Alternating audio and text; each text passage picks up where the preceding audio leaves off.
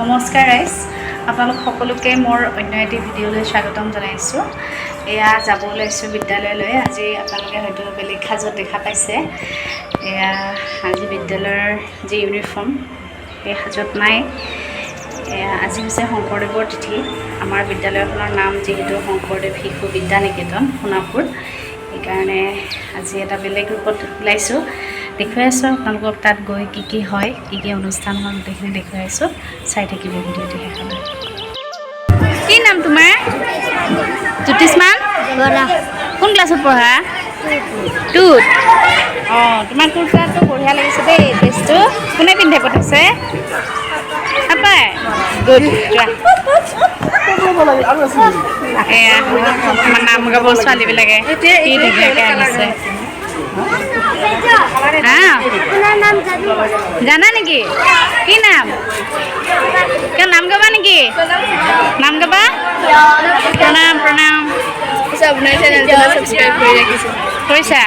ক'বা দিয়া ভিডিঅ'। আমাৰ ক্লাছ 8ৰ ল'ৰা ছোৱালীকেইটাৰ বৰ আপত্তি, ভিডিঅ'ত উঠে বোলে। এয়া উঠাইছোঁ ইহঁতক। এনেকৈ শৰাই সজাই থকা হৈছে। এতিয়া নামৰ অনুষ্ঠান। বিদ্যালয়ৰ ছাত্ৰীসকলে এনেদৰে সভাগৃহত নাম পৰিৱেশনৰ বাবে সাজু হৈছে।